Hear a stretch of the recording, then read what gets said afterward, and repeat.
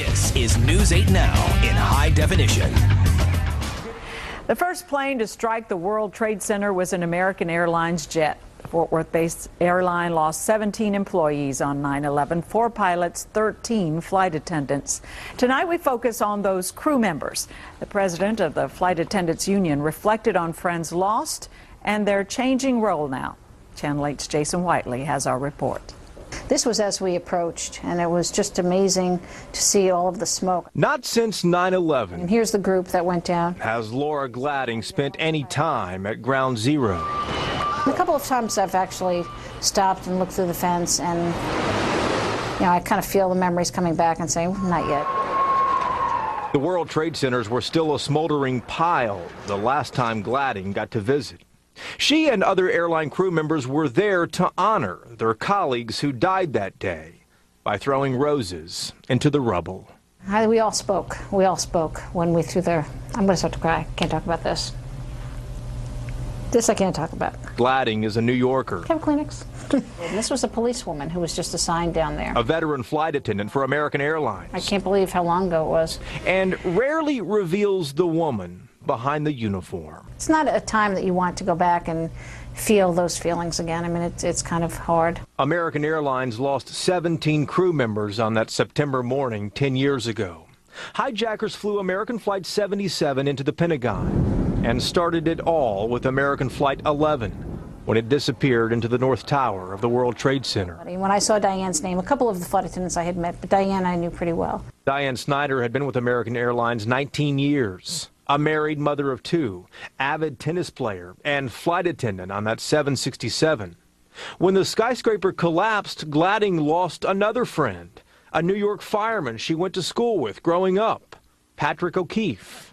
I think it's going to be a little hard on 9/11, on the date, on that day, remembering and being at Ground Zero with the same people, some of the same people that I was there with 10 years ago. Gladding decided to return to the site for Sunday's ceremony. She's now president of the Association of Professional Flight Attendants. I'll never forget them. And wants to focus attention on the courage of her colleagues in the days after the disaster. I just always wondered why the public hasn't realized just the absolute courage of the crew members to come back to work that quickly. 9/11 redefined roles for flight attendants. That day also still pulls Gladding in 2 directions. She's adamant about keeping the memory of the crew members alive, but like many, even 10 years later, still finds it difficult to confront that day's raw emotion and unchecked feelings. Jason Whiteley, Channel 8 News. 9/11, Washington remembers. Live from the Pentagon, here are News 4's Jim Vance and Doreen Gensler. We are joined now by Candy Friday, who is a flight attendant who knew all 17 of the American Airlines flight attendants who were killed on 9/11. This must be a difficult day, difficult anniversary for you. It is. It is. It's hard to believe it's been 10 years. It seems like yesterday. And tell about where you were, what you were doing on 9/11 10 years ago. I had come in the night before and was walking the dog with my neighbors and came into the house to frantic calls from family and friends to turn on the TV. And it was just unbelievable to, total shock to see what was going on. And then to find out that it was our DC crew, because I am based in DC, and we're such a small base that we're family, and we all know each other, and it was a very tough thing to deal with. Kenny, have any changes been made in the protocol that flight attendants follow now as a result of what happened on that day? Yes, we have procedures in place to try and keep everyone safe, and we're on the front line every day. We have to determine if a passenger's unusual behavior is a security issue or just a customer service issue, and we have to be aware of everything that's going on constantly. Nobody flew anywhere for days after 9/11 10 years ago. How long was it before you got back on an airplane, and what was that like? My flights were all out of Washington National, and those flights were all canceled for several weeks. And then the company realized they could send us out of Dulles to our destination and fly it and then bring us back into Dulles. So the first flight that I was on, there were very few passengers, but a lot of crew members. So I think that helped a lot, just that we were all together. We were all doing this for the first time and getting back on an airplane. Candy, do you ever get over what happened on that day? I mean, every time you step onto a plane, is there some thought of that fateful day? There always is, yes. No, I don't think you ever get over it.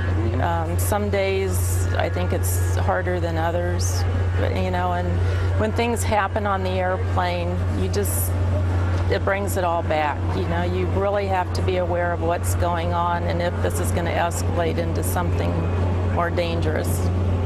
We're all a lot more vigilant, a lot more aware of everything that happens around us than we were 10 years ago. It's changed a lot of us, yes, in a lot of ways. Candy Friday, American Airlines flight attendant, thank you for joining us this morning. Thank you. This is CBS 2 News at 10.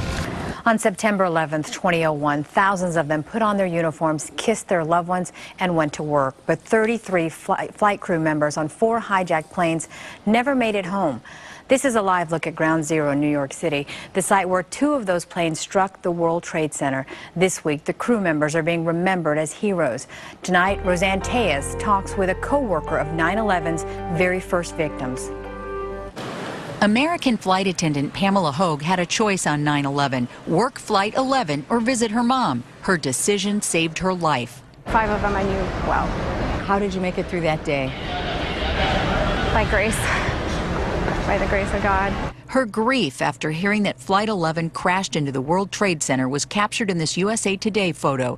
But she was awestruck by the bravery of co-worker Betty Ong, who placed this call before the crash. The cockpit's not answering. Somebody's staffed in business class. I don't know. I think we're getting hijacked. How hard is the anniversary for you? I can't even express that in words right now. I saw a picture of one of our planes taking off. And I don't know why, but it just hit me. The U2 song came on, A Beautiful Day, and it brought me right back to that moment, because that day, it was a beautiful day, and it just turned dark. Flight attendants say their jobs changed forever that day. You're to fight back. Get in there and use whatever tools are at your disposal, whether it's a galley item, whether it's a halon extinguisher, a pot of hot coffee. Post 9/11, passengers showed a new appreciation for flight attendants, but Glover says the attitude is waning. They're a little more frustrated with the security that we have, but it's there for a reason. And despite the risks of the job, crew members carry on. We can do this, and we will do this, and we will fly in honor of them. In honor of the brave flight attendants who never made it home. The unions for American Airlines and United flight attendants sent a message to their members today, acknowledging their role as the last line of defense against terrorists and calling on them to remember the lives lost on 9/11.